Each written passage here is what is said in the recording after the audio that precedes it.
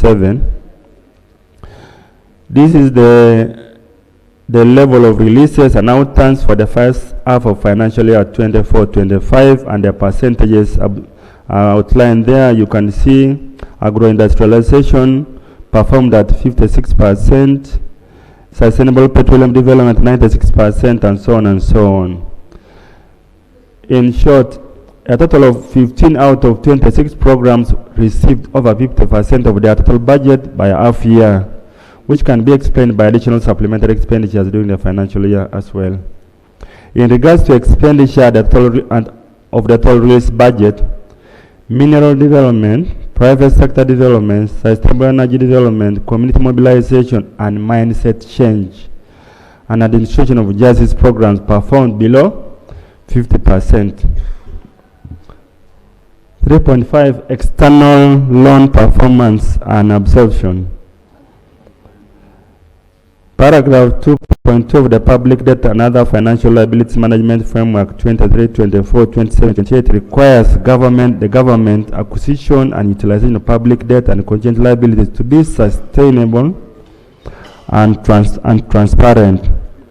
However, external projects finance through loans have continued to underperform over the years due to slow absorption of funds available. Unabsorbed loans attract commitment charges, which increase the cost of servicing debt and undermining the intended objectives of the loan. This is a nightmare for Uganda.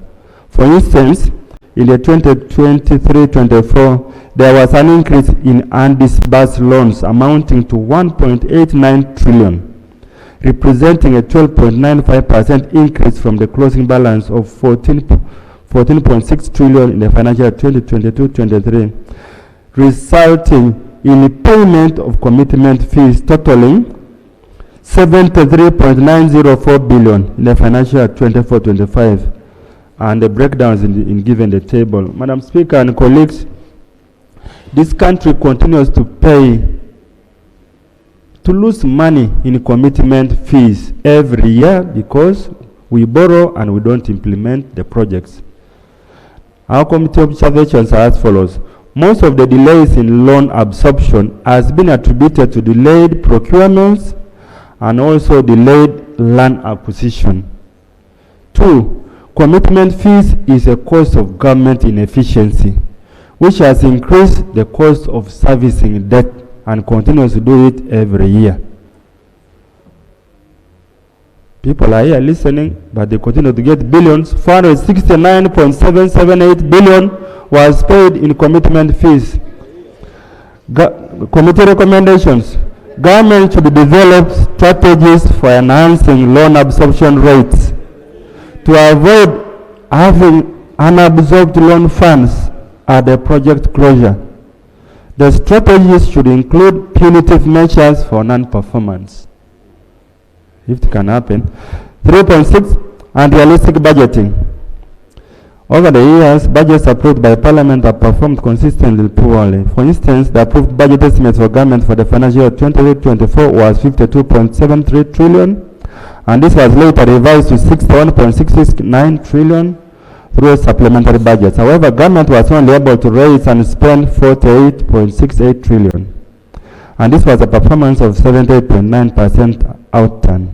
This was mainly attributed to shortfalls in revenue outturns and external financing, and that's also the effects of COVID. Committee observations. The resource envelope projections by government do seem to be developed through an in-depth and comprehensive process or studies, and this is leading to an unreliable or unrealistic budget estimates.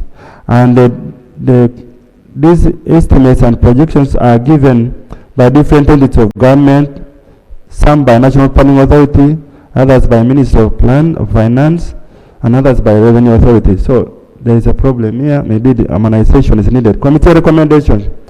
There is need for government to develop capacities to be able to prudently project reliable budget resources or cash flows.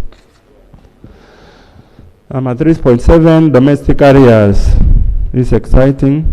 Over the financial year 23-24, the Office of the Auditor General noted that noted an increase in domestic arrears from Uganda shillings 10.502 trillion in the financial year 2023 to 13.814 trillion in the financial year 23-24, an increase of 31.54%. Furthermore, new payables in financial year 23-24 accrued